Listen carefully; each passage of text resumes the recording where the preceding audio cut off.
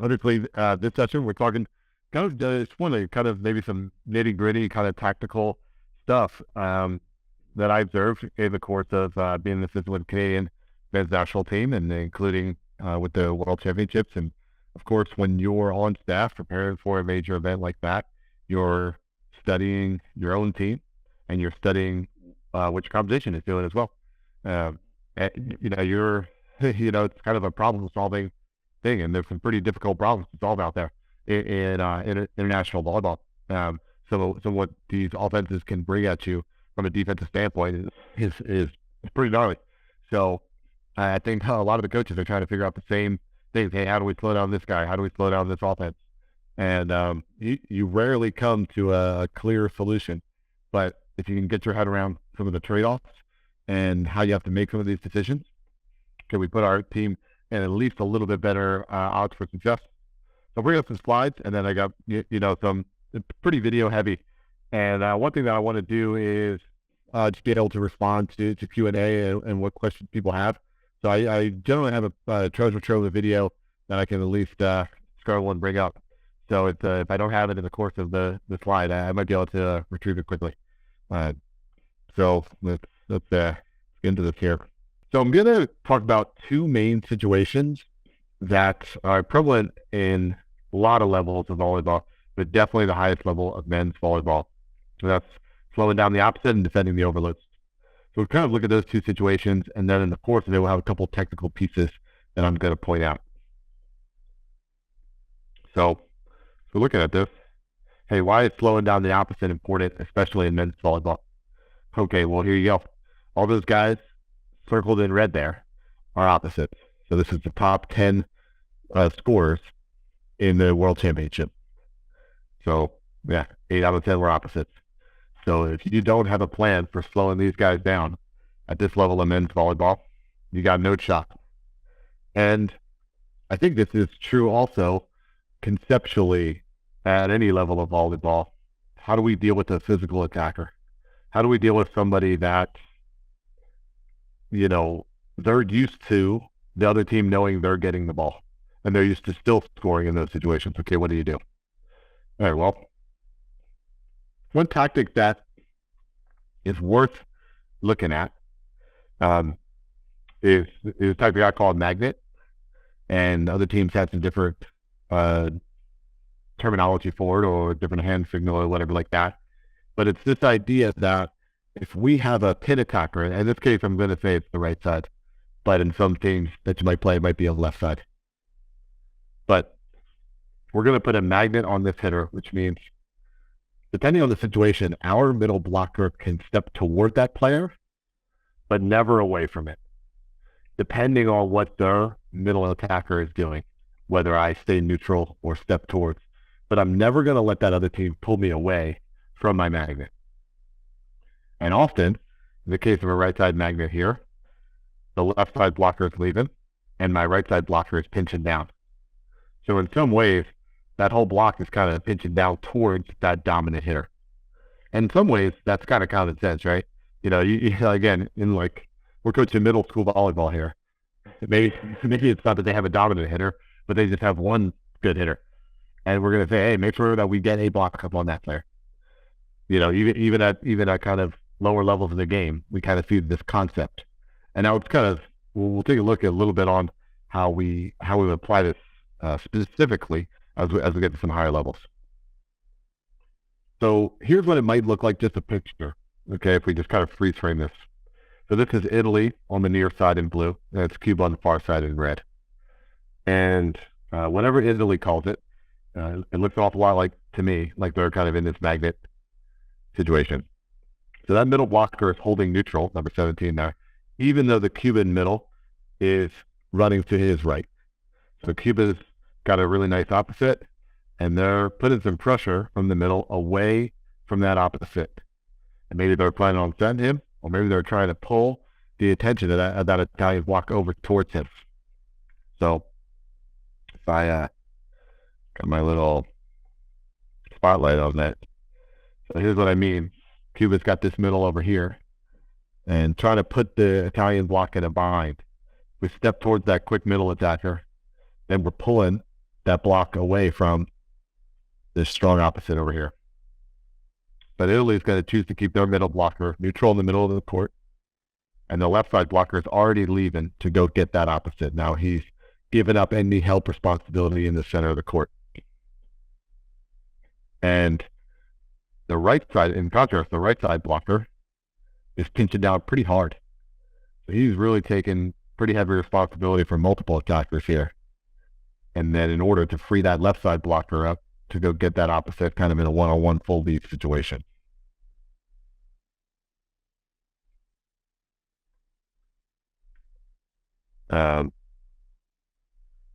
There's some pros and cons when we look at that, but we want to have that plan. When we go back to looking at how often some of these guys score and able to score at a high volume efficiently, we don't want to always just throw our base defense at them. We want to have some plans for how we can tilt the scales a little bit and try to give ourselves a chance to slow that guy down.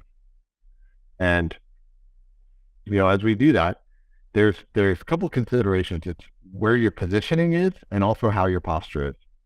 So if you look at the Italian left and right side blockers, the difference between them here is not just the difference of positioning. If you look at their positioning relative to their own middle blocker, yeah, that right side blocker is maybe a little closer, but the big difference is in posture.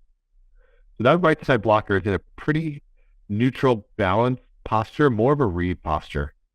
So he's able to go block multiple hitters, but he's not going to have maximum explosive power in any direction because he's staying so neutral. Whereas if you look at that left side blocker, he's going to be really ineffective trying to get back and help with something in the middle, for example, like a pipe. Obviously, he's too far away to block the middle hitter, but he might be close enough positioning-wise to help out on that pipe. But posture-wise, he's definitely not. However, that lead posture where he's really already kind of rolling into his swing block move, that allows him to be maximally powerful blocking one guy. So it's not just about our positioning. It's also about our posture. I want to roll a few clips here to show some examples of this. I highlighted some of what I looked at is, and if you guys want to go on and do some further research of your own, in addition to what I'm presenting here, there's 3 matches where I thought teams did a really nice job of defending elite opposites. So that was the match where Ukraine, they were playing against the Netherlands, and Nemir, their Netherlands great opposite. They held them to only +6 on 19. And, at that level, and for this guy, holding him to only a 300 efficiency is really nice job. Especially maybe Ukraine outmatched a little physically there. Did a nice job on that. Brazil, defending Nishida, Japan's great opposite. They held him to only +2 on 19 attempts. And then that picture, that's Italy against Cuba, and Herrera, their opposite. Held him to +7 on 41 on a lot of attempts there. So, yeah, he got skilled there, but he wasn't highly efficient. So that's some of these clips that I'm going to draw from. And if you're interested in finding those full matches, they're on Volleyball TV or YouTube or whatever. You can find them if you want to kind of further study just beyond some of these clips that I'm going to share.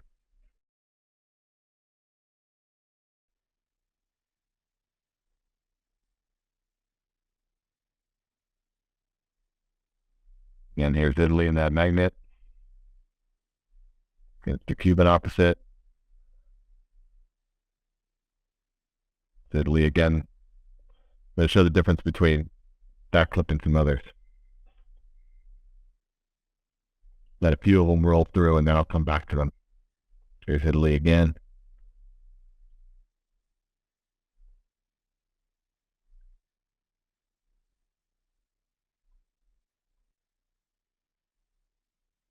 Here's Ukraine against Nemir. And again.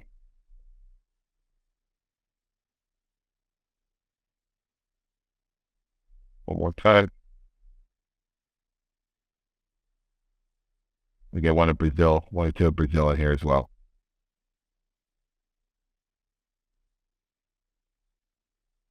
Sending it Japan. All right. So Now we'll look at a couple of these clips in particular and be able to dissect a few of these details that we see. So here's, again, it's what I'll call this kind of magnet tactic. So we see the 31, and we got the dangerous opposite back. So now we see a couple things happening. That Italian middle is not shifting with the middle hitter who's going away from him. He's staying neutral, so he's not pulled away from the opposite. And we already see the posture of that Italian left side blocker staying, hanging in there. But he's already starting to shift down and lead towards his hitter. So he's already starting to get his posture towards that opposite. Whereas the right side blocker is holding in there a little bit because he's got multiple blocker read responsibility. So now as it goes, we got a left side blocker in a free release and a middle blocker able to catch up. Pretty good looking block against a strong hitter. They get a touch, they get a slow down, turns into a dig. Similar again. So as that ball comes to the center, we see the left side blocker already changing his posture, trying to get a max jump to go attack the attacker. We see a middle blocker neutral. We see that right side blocker pinching down. He's got multiple hitter read responsibility. And they're able to get a dig, something on it. Now let's look at this one. So here you can see whether Italy changed their tactic for this or not, but you see that middle blocker is, in this case, he is getting pulled a little bit towards that middle hitter to his right. So that middle blocker number 14 is shifted a little towards his right, a little bit away from the dangerous opposite here. And that left side blocker is pretty neutral, pretty rigid, not yet in a full lead. We see it's not quite as quality of the block. Okay, we're able to quite make that happen.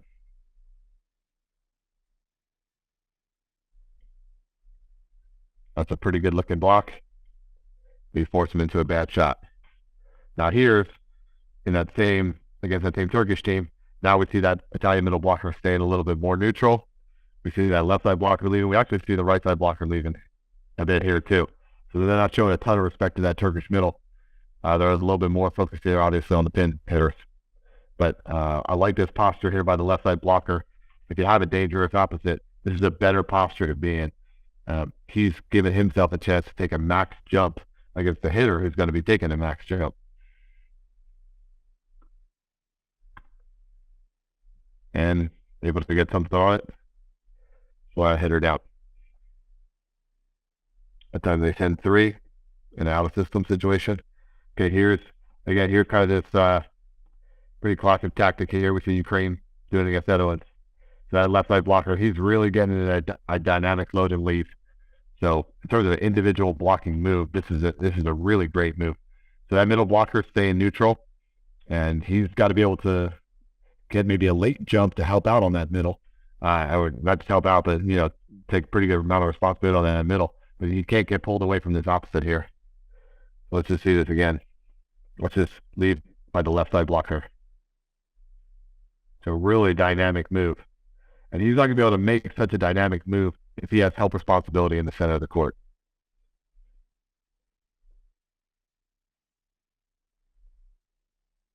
So it's a nice move there. And something that we kind of just, one of the principles that I come back to is if they have a hitter who's pretty tough to deal with, it's nice if I can free up at least one blocker to not be in a read responsibility to be able to go make a maximal jump. So in this case, it's an opposite. And sometimes in women's volleyball, it's dealing with a really strong slide hitter. Slide attackers are getting on the ball fast. They're hard to deal with. The angles are a little tricky to block. And if left side blockers, right, left side blockers get a little too static, they can just kind of get eaten up for lunch. So it's kind of that tactic that we like to see there.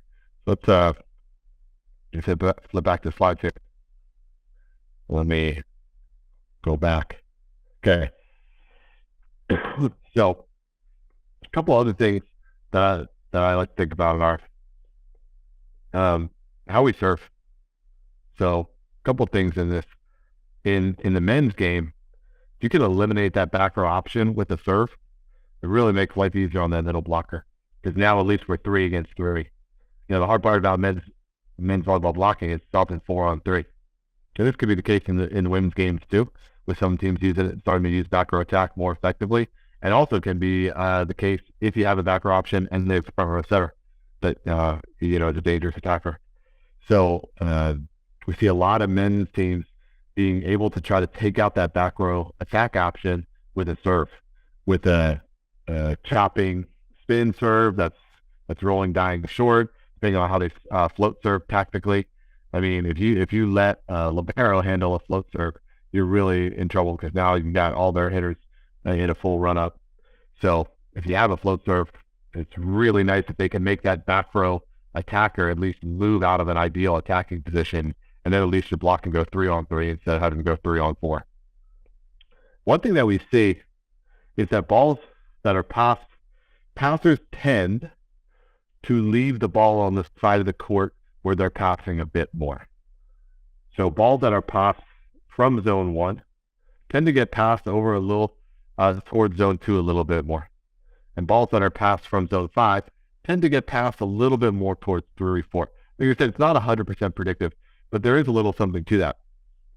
And now, and then accordingly, some setters don't always set all areas of the court equally when the ball is coming from behind them. So some setters won't stay behind the ball.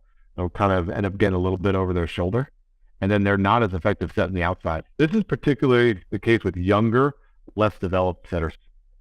So they can struggle to set the ball to the outside when the ball's coming over their shoulder from zone 1. So that might not be the case when you're trying to slow down the opposite, because now they're setting it. But if you're trying to slow down an outside hitter, I think a lot of teams, the default is to say, hey, we want to slow down this outside hitter, so we want to serve her. But if she's a good passer, you're not slowing her down. She's passing that ball, and she's going to be able to stay in rhythm. And now the setter is moving towards the pass, and it can be a really easy test for them. So sometimes you can actually slow an outside hitter down by making it the setter's job a little more awkward with that ball coming from over her shoulder. Now, plenty of setters don't have a problem with it. So this can be a little bit of a scouting thing. But it is interesting. Sometimes even at a high level, you'll see in certain rotations, the setters have slightly, they may have a slightly awkward footwork or release pattern depending on where the ball is being served from. And, at a lot of levels, you may not have a ton of time to scout. But then the good thing is at the lower level, the flaws in a player are more obvious. You can see a bad, there's lots of high school setters that their release in rotation 1 is really late. It's a classic serving tactic, right? Serving the ball down the line, like if the rotation 1 with the setter's running up.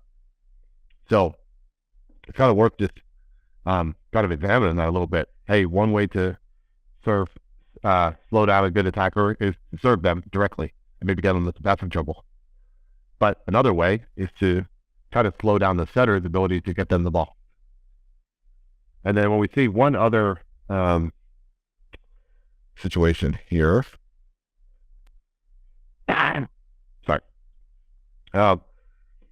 is when, where do we line up our attacks? I think a lot of coaches, you don't want to over-script it too much. You want that player to be, I don't like telling a player, hey, just go to the line or just block to the cross court, because that can lead to our blockers just going to a spot and not seeing the ball and getting over at the play of the attack. But I think a general principle can be, the worse the attacker, the more you just want to seal the line, because you don't want to give them easy tool kills. And if they're not an elite attacker, for whatever that is at your level, right? Whatever your level is, if they're not an overwhelming attacker, you'll be able to dig them more on the cross court. If they're kind of hitting medium speed ball, kind of normal ball, you'll be able to dig those balls a fair amount. But you don't want to give easy kills down the line, and it's harder to dig balls down the line if they have a line shot. But the better they are, you can't just let them tee off cross court. And again, relative to your level, if they have a lot of heat, you're not always going to be able to control those cross court balls. So if your blocker is just leaving to the line and allowing that hitter to hit the ball hard cross court, you're just not going to dig enough of those. So it's kind of as a general principle, if they're a more dangerous attacker, you got to give them a little room down the line. And then in that case, I just like that line defender to stay back and prepare to dig. And hey, if they give up the tip, they give up the tip. a lot of times the elite attackers are not looking to tip out of it. And okay, then maybe it's a front row off blocker coming across to pick up that tip or something like that. But give them a little bit of line. Don't let them just tee off on the cross court. And sometimes, hey, they might make an error or two down the line. If we make them give that a little bit, but if we give them the street on the cross court, they're just going to eat our diggers up. And definitely, as we get to the highest level, you just don't have the capacity to consistently dig these elite attackers.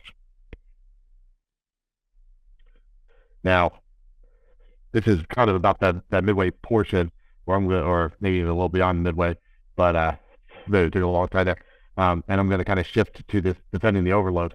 So feel free if you have questions to drop them in the chat or something like that. I can always circle back, but I want to make sure I at least touch on some of the defending the overload stuff.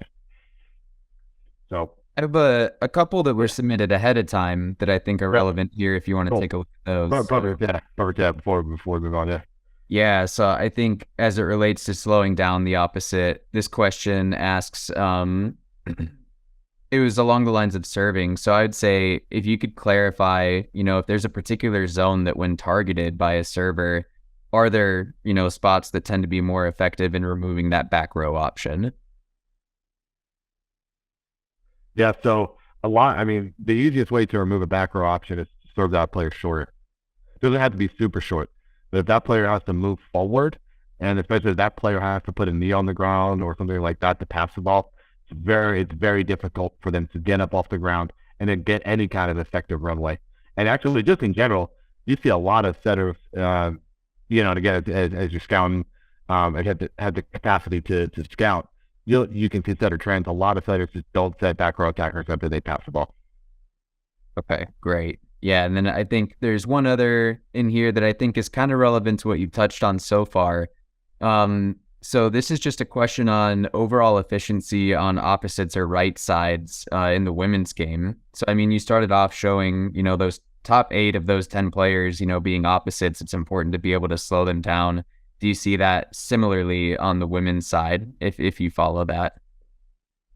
You see the overall. It's actually something that I did recently look at for the NCAA tournament, and the efficiency when you equate for quality of pass was pretty similar between the left and the right side.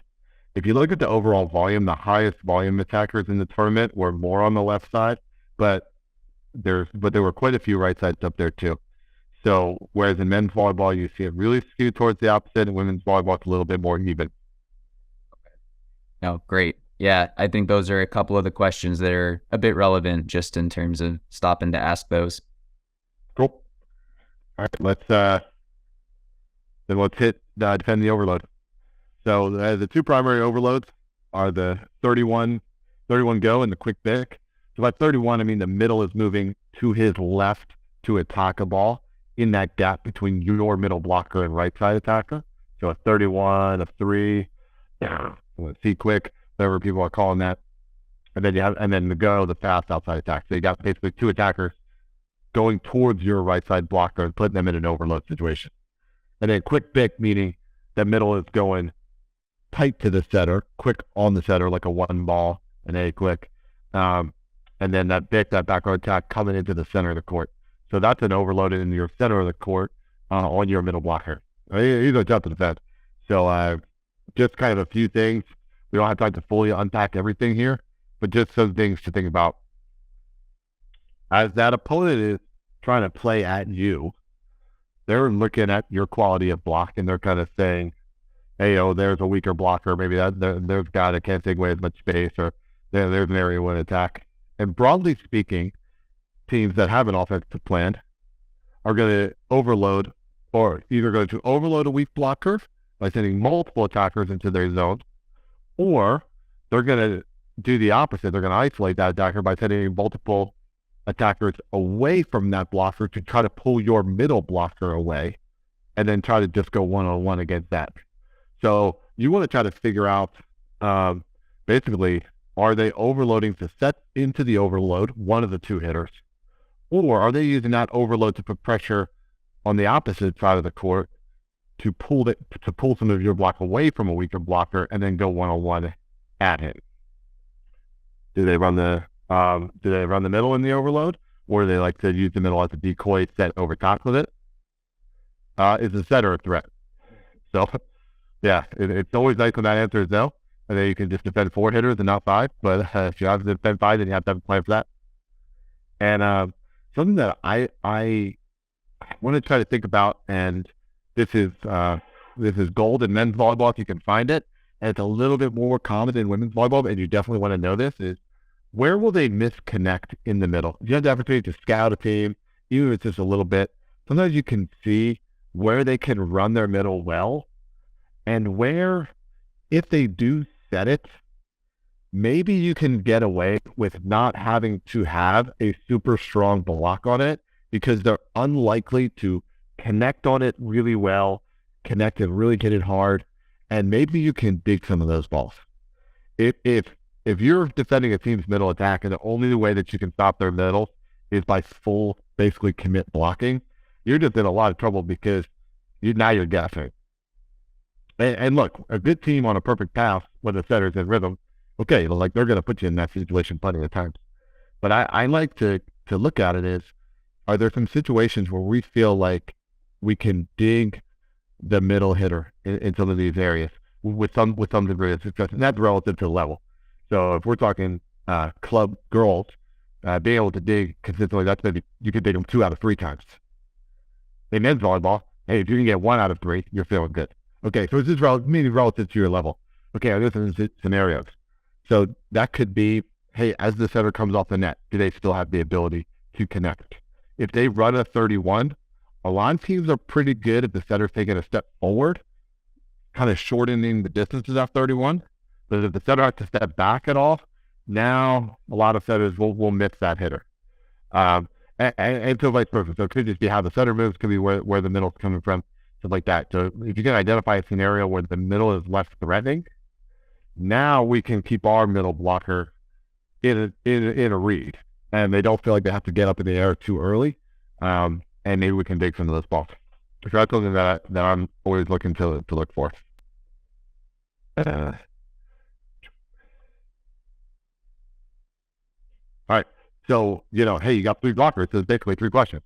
If they're running that 31 go at you, right side blocker, do you stay in their pipe and have a good, strong help on the middle, or do you start kicking out towards the outside hitter? Middle blocker, do you stay neutral in the court knowing that now there's 2 attackers over on your right side, or do you take a step towards that overload? If you do that, you're stronger into the overload, but then you're maybe giving up some ground to that opposite. It's the situation we just saw. And then left side blocker, do you stay and help in on the pipe, but now you don't have that lead posture, that dynamic lead posture that we saw some of those guys have, and to your opposite, or do you get into that lead posture, but now you can't work back in the pipe? So again, they're going 4-on-3 at you in this situation, or at the very least 3-on-3. There's not always good answers, but those are basically the 3 broad questions that you have to have. So here's an example of that. So here's Poland. They're putting a 31 go against Brazil. That's the blocking team. So, okay, we got a middle blocker. We got a right side blocker there. So we got a middle blocker staying pretty neutral. This middle blocker here, we can see in this picture number 16, he's not stepping towards that middle hitter. And at a lot of levels of volleyball, it's great if your middle can do this. And Brazil's a pretty good reblocking team. That's one of the best middles of this generation. And he's decided he can stay there. And if they set the 31 from there, he's basically just going to jump from where he is, put his hands towards the point of attack. And if they set it perfectly, hit it perfectly, he might not, be able to get it. But if they don't connect perfectly, he's going to be able to put up a decent block. And if they go back to the pipe there, which the pipe is actually behind the setter because the setter has moved a little bit forward, that middle blocker is going to be good on the pipe. And he's still going to be able to get that long back set to the right side. So he's decided to stay neutral. We see the right side blocker, he's in pretty tight. It looks like he's maybe taking a little step to his right. Like he's not right in front of that middle hitter. He's a little bit towards the outside, but he's in a pretty good helping posture there on that middle blocker, which also means that he'll have to recover to the outside. So you can see neither one of these left or right side blockers is in a lead posture. So they're not in a maximum block against their pin hitters.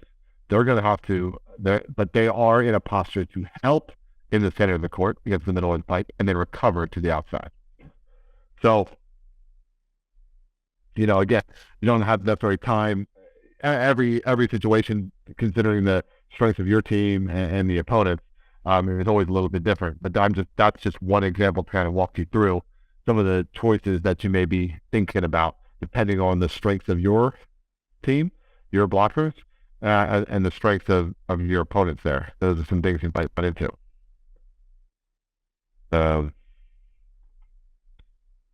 So just your right side blocker is obviously going to be critical to defend the 31 go, because they're sending two attackers over towards that area of your court. So obviously your right side blocker, you look kind of live and die on that. And here's maybe kind of the three things. Well, the two, and then they kind of combine into one.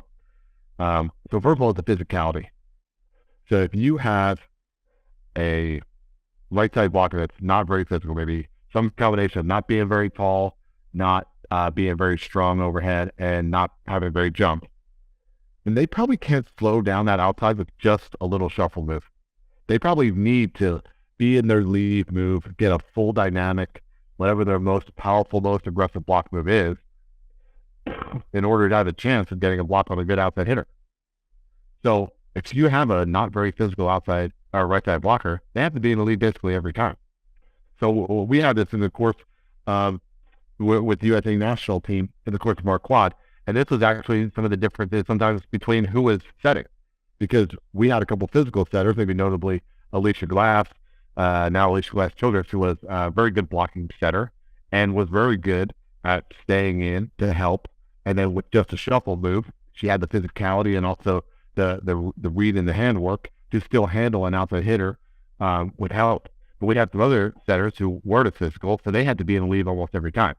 And then if your right side blocker is in the lead, well, then that informs what you're going to have your middle blocker do.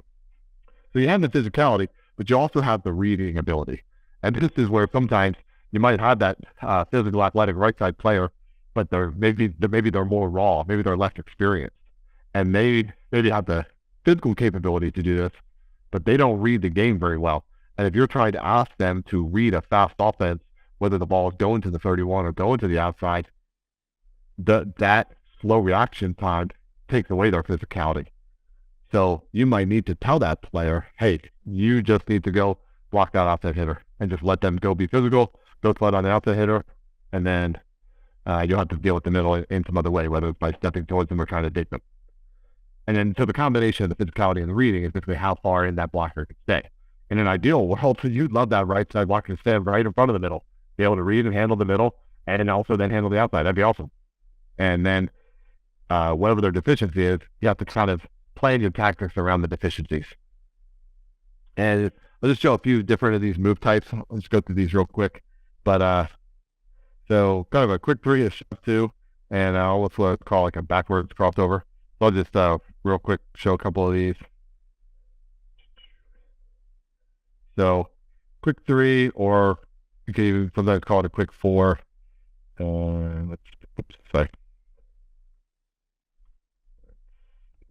And share my screen. There you go. All right. So look at this right side blocker here. This is like a quick three or quick four. This is kind of like a double shuffle. So he's going to stay pretty square to the net, just take these kind of little shuffles. And he's going to kind of drift outward with his shuffle to make that block. See one more time. We'll see a couple of these other ones. So here's the right side blocker again. He's in there. Quick little shuffle. Stay pretty square to the net. And now it's actually going to be a left side blocker for the USA. Left side blocker there also. He's going to be kind of in this quick three move. We kind of split steps 1, 2, 3. It's kind of drifting out there. So they're kind of slow. So there's just this one little one, and then kind of this quick right, left. But it's not like crossover move. It's this little shuffle because he's not crossing over and turning his body to run. He's staying square, kind of hopping, and then shooting his hands across the net. And sometimes, so you kind of have these kind of quicker, a couple more steps, 3 or 4 steps, but kind of quicker and smaller steps. And then sometimes you have these blockers, I call it almost a shove two, where they're going to just take 2 steps, but they're going to really make that first step a little bit more big and powerful to cover a little more ground. So here's the right side blocker. So we kind of see the difference there. He's kind of anchored, and then he really shoves that outside foot way out, and then just brings the other one in. And we're going to see right side blocker here do this as well. Let's see it again. Right side blocker. So he's in here, and then this big kind of shove step while staying square, and then brings the other foot in, and then he's up. So we see that as one, and then finally, sometimes it's kind of interesting, and in some ways, I don't know, it seems this sort of backwards crossover there, which I'll bring up here, seems like a fundamentally sound, but we see a lot of good blockers do it, and I think it's just dealing with the time constraints. So here we see he's not quite getting his feet crossed up, but almost, and now we're going to see Gianelli on the right side, the Italian blocker. Basically almost be in a backward swing blocking posture.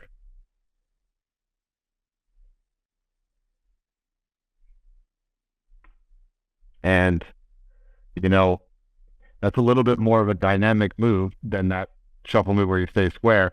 But you got to have a lot of body control to be kind of have your feet crossed up like that and then still get square to the net in the air. So there's a lot of guys do it. Not a lot of guys do it well, but there are a few that do.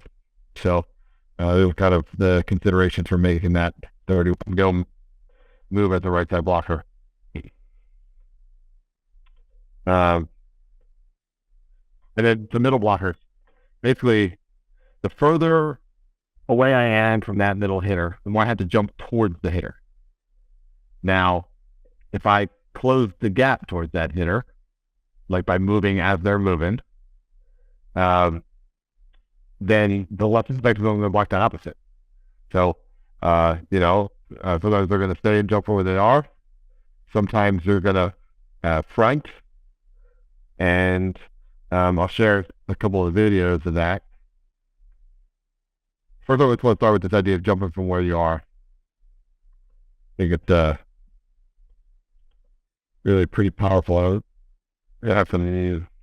I figure it's just a women's volleyball here because I think this is a really important tactic, especially in women's volleyball where the 31 tends to be just a touch slower.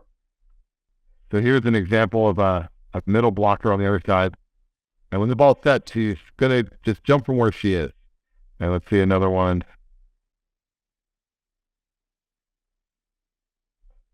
This is a pretty good example of this. So we see this middle blocker on the near side. When the ball is set, the hitter's a little bit further away from her. But she's not going to try to step towards the hitter while the ball is in the air. She's just going to jump from where she is to close that distance. That ends up being a really important move. A lot of middle blockers, when they block quick, they want to step towards the hitter. So there's an example of that. So this is a middle blocker who I tried to go as a freshman when this is an old match from a while ago. So she starts stepping towards this hitter, but it actually ends up making her late. I think it's making her a little late, and she gives up that cross court. So we have to sort of balance this between if you are a little on the smaller end and the hitter is way up high above you, it is going to be hard if you're not right in front of that hitter and you have to reach towards them. You may not be able to get that high over the net, so that can be a challenge. But when the ball is being set quick and you try to step in front of it and then jump, a lot of times the hitter's already hit it. So I really like to start trying to train the middle to be able to block quick by just standing where they are and then jumping laterally and pressing their hands across the net. Even if they're not that high over the net, but they can get their hands over quick and seal the net. And then maybe then you have to also start incorporating some ability to front. But some middle blockers feel like they can only block the middle when they're right in front of them. And then they end up having to chase that middle hitter all across the net. And then the other team can almost do what they want with your block because they know that your middle blocker is going to follow their middle hitters. A couple more of these video clips because now I want to show a little bit of us in the front. So here's going to be a few examples. Give me just a second to pull these up. Yeah. And here's what you may need to start doing if you are, if you can't just feel like you can just stay at a full neutral read. So here's a leave commit. Here's Brazil playing a leave commit. What we're going to see is, you can just kind of see it visually here, they have a small center in the front row. So this is what we talked about, some of that physicality. We asked this guy to sit in on the quick hitter and then get out to block that outside hitter. He's probably a sitting duck. Okay, so Brazil is going to say, hey, let's put that guy in the lead. Let's go let him be as physical as he can to make his best, most dynamic spring block move against the outside hitter. And he's not going to really worry about staying and helping out in the middle.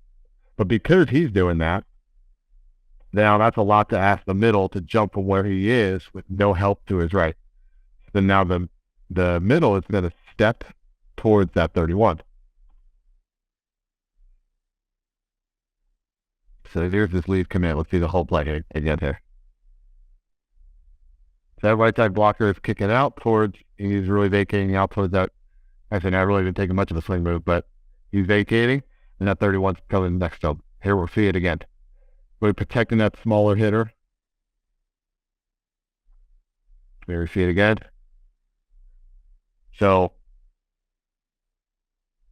and then here's Poland doing it to Brazil here. So the Polish right side blocker, he's just in his lead. He's not worried about that middle at all. And we see then the middle blocker is stepping hard in front of that middle hitter. And now it's the left side guy who has lead responsibility for the two hitters. Kind of the opposite of the right side magnet technique. In the right side magnet, we saw that the left side blocker was in a full lead. The middle blocker stayed in neutral. And it was the right side blocker who had multiple hitter read responsibility. This is kind of the flipped version of that. Right side blocker is leaving. He's kicking out, just trying to be good on an outside hitter. Now middle stepping hard in front of that 31. And then now left side blocker's got to help on the pipe and still be good on the opposite. In this case, they get the right call because it's set to the middle. So we got a nice strong block up, committed, a pretty early block on that middle. He's got to cut it away from his power angle. They don't get the dig, but at this level of volleyball, I think they're not too upset with this blocking alignment. You made the middle change his shot, had a ball that probably had a shot to be digged. They probably get that 1 out of 3 times, and off a perfect pass, they're probably pretty happy with that. So that's an example of that leave, and you could call it a leave front or almost even a leave commit, where you're really sending a 2-on-2 situation over there. And that's not a bad option if you're going to have your any blocker, like your left side or right side blockers leave. It's not a bad idea to have your middle be in a full commit every now and then, because the other team is going to kind of see, hey, they're not really helping on their middles. They're leaving their middles out there, and they may try to set the middle a little bit more. So sometimes you can counter that by having your middle blocker get up there a little earlier and commit. I love relying exclusively on committing, because then you turn it into a guessing game, but sprinkling it in every now and then is probably valuable. And then you have this quick pick overload. We won't spend as much time on it, especially because I know probably the majority of people out here are a little bit more women's game.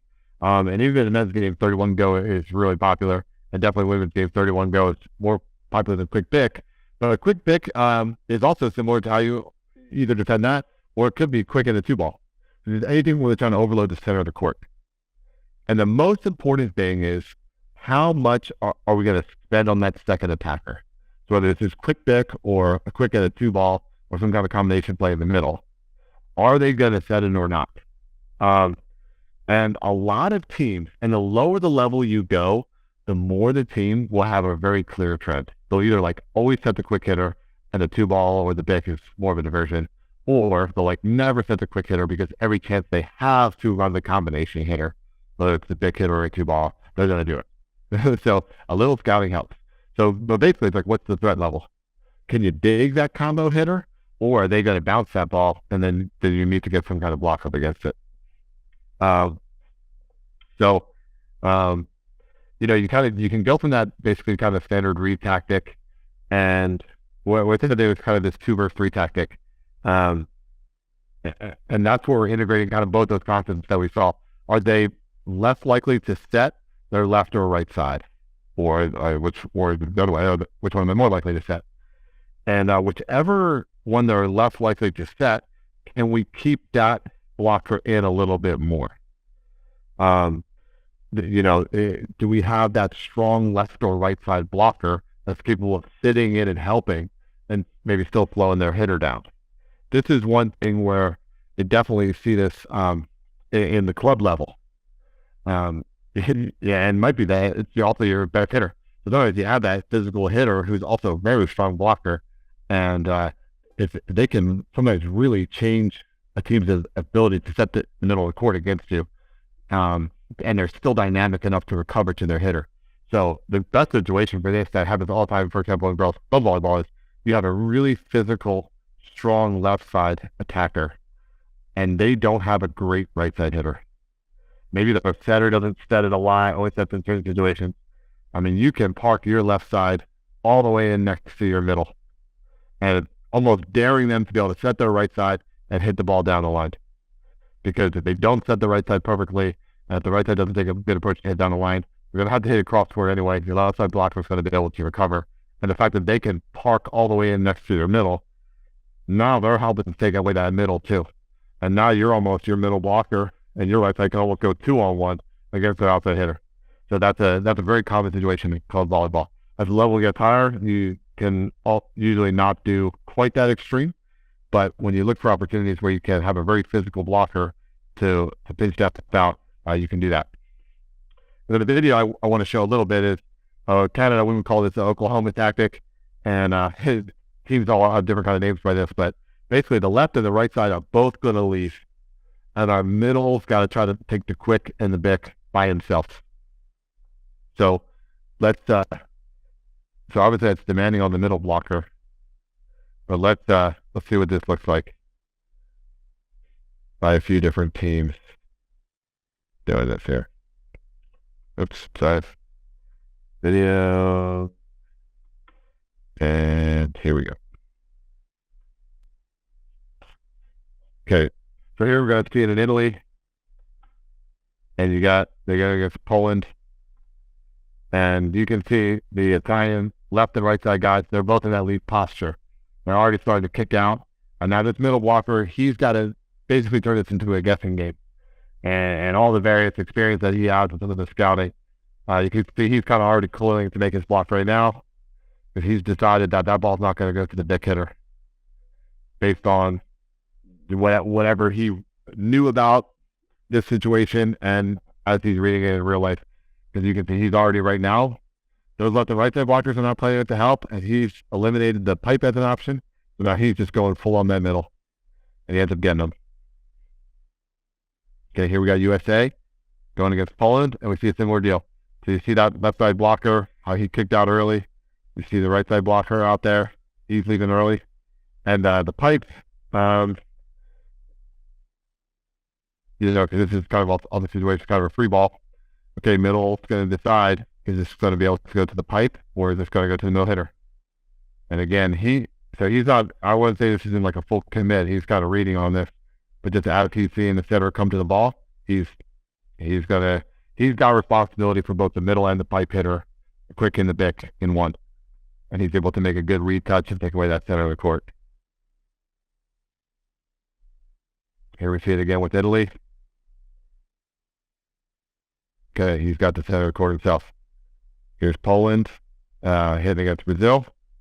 So we see that Brazil, both the left and the right sides leaving on their hitter. The middle blocker's got 2 hitters all by himself. Okay, he doesn't get it right. This is what it looks like when you don't get it right. Okay, oops. Well, but just put that one in there for fun. So that's kind of like, hey, we would call that Oklahoma. Some teams call it a release or a lead or a double leave, whatever that is. But that's a nice tactic if you have a middle blocker who's good. Obviously, he's got to be good enough to handle 2 hitters by himself. And then especially if they have some ability to read and know the game situation. So knowing the other team setter, when they're likely, if they're going to set that combination hitter, and like you said, hey, they never set the combination, just worry about the middle. If they set one or two combination plays on that, it's okay, okay, great, we'll give them up. Or it's like, hey, anytime they do come in for that two ball, or they have a chance with the perfect pass to set the pick, they're going to do it because hey, we want to do it when we got it. Then just ignore that middle and then just sit on that second attacker. And the good thing about that is, whether it's big hitters or, like I said, these front row combination plays that are more common, like in club ball, the hitters are usually a little bit more shot committed because they're coming in as the second attacker. They usually don't have the whole court. Their approach is usually taking them into one zone. So if you are prepared for it, they often are very blockable balls. If you prepare for it and you take even just a one-on-one block, a lot of times a good middle blocker can get them. So, and it's nice because then you pair it with your left and right sides, lead, and yeah, they might be one-on-one out there, but they can take a good strong move. Sometimes a good one-on-one block can be at least close to as effective as sort of a weak double block. So, and something that we definitely see at the highest level is men's volleyball is when hitters can really feel what blocks they have against them. They get pretty used to that and they can start scoring. So you do need to sort of mix up. The higher the level, the more you need to mix up what you show at that attacker. And I kind of say that relative to your level. So you don't need to mix it up against the average hitter at your level. It just, there's no need for you to have that tactical complexity. And that average hitter, and again, it's just relative to level. They're doing all they can to try to hit their best shots and hit the ball in the court and be somewhat effective. They're not, having their head where they're seeing all options and feeling confident in all their shots. But if you're playing against a hitter who's very strong, and again, it's just relative to level. So they're very strong relative to the level. You're going to struggle to dig them consistently. And because they're a strong player relative to the level, they probably get set a lot, so the setter's good at setting them. And they probably have a lot of confidence. So they don't just need to hit their favorite shot over and over again because they're feeling more confident in multiple shots.